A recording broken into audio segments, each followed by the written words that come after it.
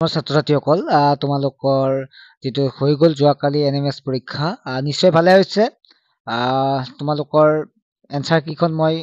সকলোতকৈ আগত দিম বুলি কৈছিলো যদিও মই বিশেষ এটা অসুবিধা পাৰ্সোনাল প্ৰবলেম দিব নোৱাৰিলো তথাপিতো মই বাকিখিনি দিলো লাষ্টৰ পাৰ্ট এইটো তোমালোকে চোৱা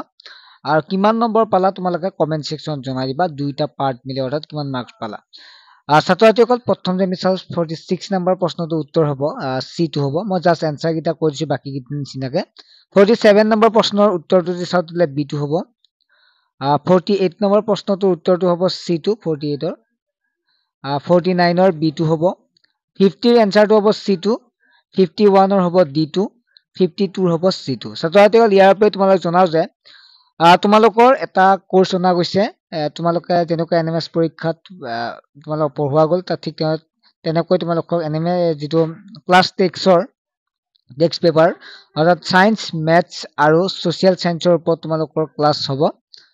য'ত তোমালোকে নোৱাৰটো খুলিব পাৰিবা লাইভ ক্লাছ হ'ব আৰু তোমালোকে হৰত বহিয়ে তোমালোকে কোৰ্সটো কৰিব পাৰিবা মাত্ৰ 119 টকাত কোনোবা ছাত্ৰছাত্ৰী জয়েন হ'ব বিচাৰে তেতিয়াহলে হোৱাটছএপ নম্বৰত এছএমএছ কৰা ইতিমধ্যে বহু ছাত্ৰছাত্ৰী জয়েন হৈছে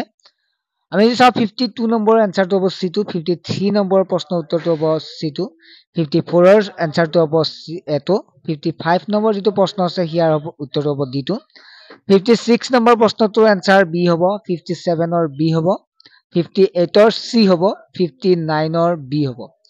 60 নম্বৰ প্ৰশ্নটোৰ এনসাৰটো C হ'ব 61 ৰ C 62 ৰ এনসাৰটো হ'ব B নম্বৰ 63 ৰ এনসাৰ নম্বৰ হ'ব C2 64 ৰ A 65 ৰ উত্তৰটো যদি চোৱা তোমালোকে A পাবা 66 ৰ C হ'ব 67 ৰ A হ'ব 68 ৰ A 69 নম্বৰ প্ৰশ্নটোৰ উত্তৰ হ'ব A 70 নম্বৰ প্ৰশ্নটোৰ উত্তৰ হ'ব A লগতে 71 ৰ A হ'ব 72 ৰ হ'ব C2 73 নম্বৰ প্ৰশ্নৰ উত্তৰটো হ'ব A2